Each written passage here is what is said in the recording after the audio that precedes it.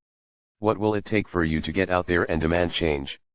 What event or set of circumstances will be a catalyst for a revolution of sorts? It would have to be impossible for most people to have a normal life. Loss of electricity, water, and ability to buy groceries will be the breaking point.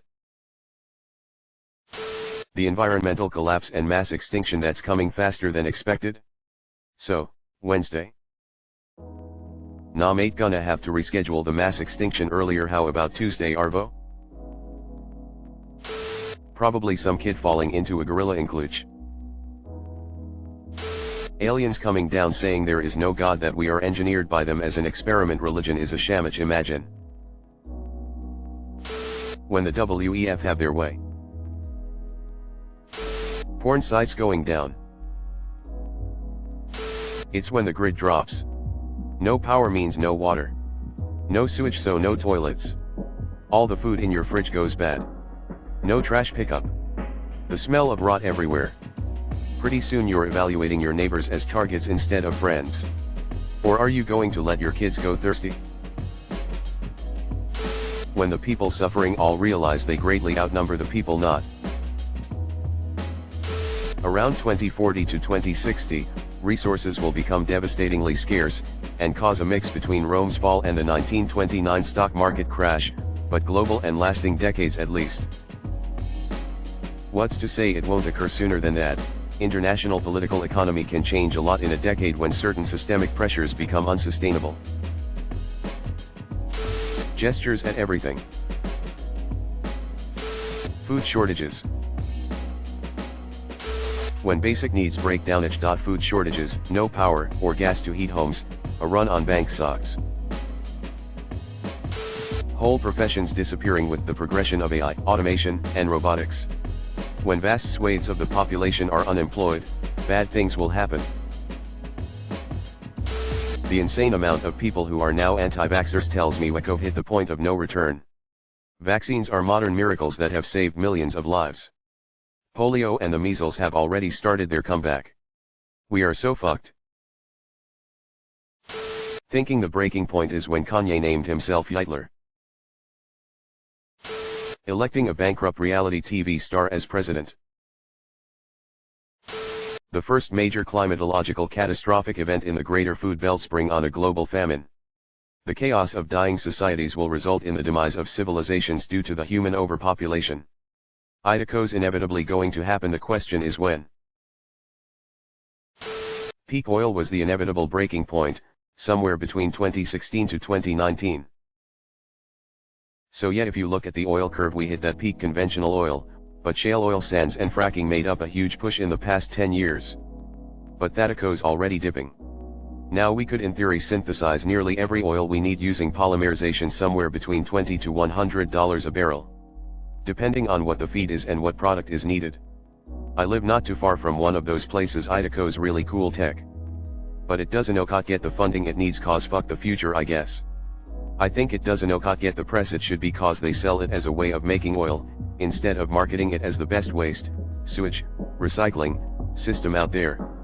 Literal crap goes in oil and other useful stuff comes out. Biodiversity collapse is incredibly close, and that will be hastened when essential bee populations perish entirely. Without water we are doomed, but without the single, most critical element when it comes to pollination, agriculture will also collapse. This is happening right now, along with a multitude of tiny environmental catastrophes, but we choose to ignore it until Idaho's too latiox. Which it already is. The main problem, in my opinion, is the steady increase in population. We multiply exponentially with ever-decreasing resources. I don't see conflicts as much as a problem, as harsh as this may sound.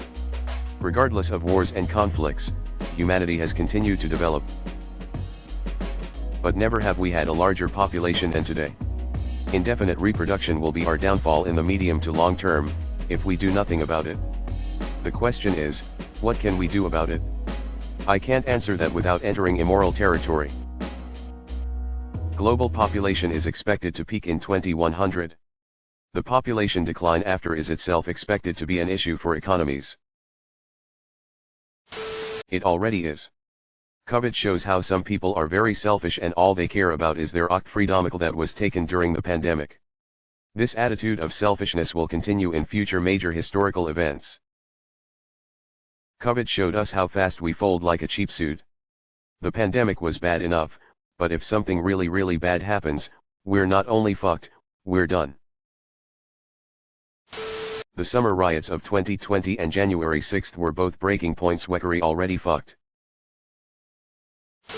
Once the oil dries up and there is no substitute readily available, that will be the downfall of humanity as we know it. Literally everything will cease to function. Economies and societies will collapse all over the world.